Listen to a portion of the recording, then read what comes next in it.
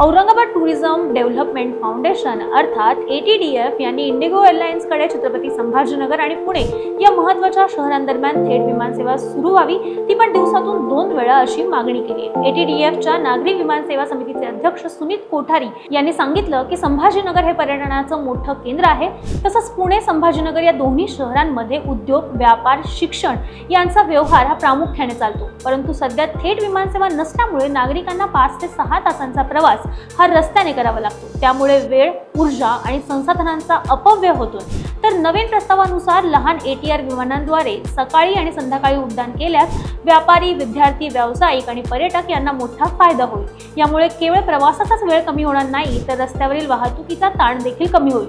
विशेष म्हणजे भारतीय वायुसेनेने अलीकडे छत्रपती संभाजीनगर विमानतळावरती आगमन आणि प्रस्थानासाठी अतिरिक्त स्लॉट देखील उपलब्ध करून दिलेले आहेत। त्यामुळे नवीन विमानसेवा सुरू करण्यास अनुकूल असं वातावरण सध्या निर्माण झालंय। ही सेवा सुरू झाल्यास पुणे आणि छत्रपती संभाजीनगर यांच्यातील व्यापारी, सामाजिक आणि पर्यटन विषयक संबंध अधिक दृढ होतील, असा विश्वास देखील व्यक्त करण्यात आलेला आहे।